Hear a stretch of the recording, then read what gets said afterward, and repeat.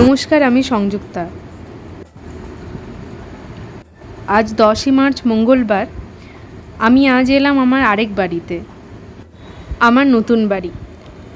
এখানে কার দিকে তাকিয়ে আমি হেসেছিলাম আমার এখন মনেও পড়ছে না। কাল রাতে সিঁদুরদানের সময় প্রথমে বুঝতেই পারিনি, কিন্তু সকালে উঠে দেখি নাকে মুখে সিঁদুর লেপে একদম আমার বজরংবলীর মতন দেখতে লাগছে। এখানে মা আমাকে বরণ করছে। আমি আমার মোবাইলটা তানিয়ার হাতে দিয়ে বলেছিলাম যে সম্ভব হলে কিছু ভিডিও করতে, কিন্তু ওর বেচারা অভ্যাসও নেই, আর চারদিকে এত কাজের চাপ, তো ও ততটা নিতে পারেনি আর কি।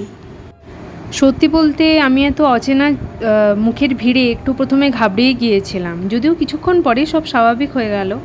আর এই নোটটার জন্য আমার মিষ্টি বা জল খেতে অনেক সমস্যা লাগছিল প্রথমে। তারপর বিয়েবাড়ির পর যা যা নিয়মকানুন সব হয় ওগুলোই হচ্ছিল। আমার তো বেশ মজাই লাগছিল সব করতে। এখানে কাণ্ড হয়েছে জানো, নতুন বর বউ এলে তাদের সবাই কোলে নিয়ে ছাতনাতলায় বসায়, এটাই নিয়ম এ বাড়িতে। তো আমি ভাবলাম আবার নতুন বউ বেনারসি পরে কখনকার ঘাড়ে পড়ে যাবে, তো ভালো দেখায় কি, সেজন্য অনেক বুঝিয়ে কইয়ে সেটা কাটালাম যা হোক করে। যদিও সৌভিক শেষ অবধি ছাড় পায়নি, ওকে কোলে নিয়েছিল জামাইবাবু। আরও একটা মজার ঘটনা হয়েছে জানো, আমাদের বলা হলো যে একটা ঢাকা দেওয়া কাপড়ের উপর হাত রাখতে, সেটার নিচে যা থাকবে সেটা তারই হয়ে যাবে।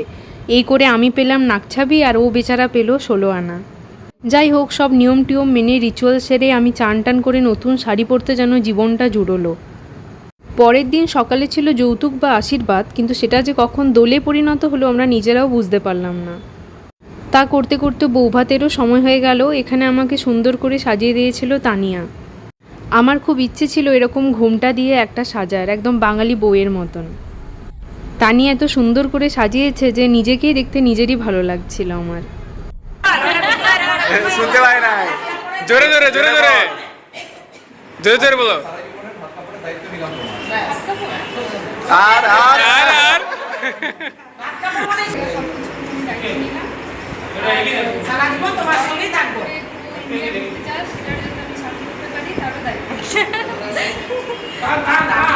মা আমাকে বলেছিল যে এই ভাত কাপড়ের যে থালার যে খাবারগুলো সেটা বৌমাকে খেতে হয়। তো প্রথমে আমরা ভেবেছিলাম যে দুজনে মিলে কি করে এত খাবার খাবো, কিন্তু এত টেস্টি ছিল যে সব শেষ করে দিয়েছি। রিসেপশনের কোনো ক্লিপস আমার কাছে নেই, অগত্যা দুটো ফটোই রাখলাম। আপনারা আশীর্বাদ করুন আমাদের আগামী জীবন যেন শান্তি আর সমৃদ্ধময় হয়। আবার নতুন বাড়ি, নতুন সংসার, নতুন গল্প নিয়ে হাজির হব পরের ব্লগে। ততদিন হাসতে থাকুন, বাঁচতে থাকুন।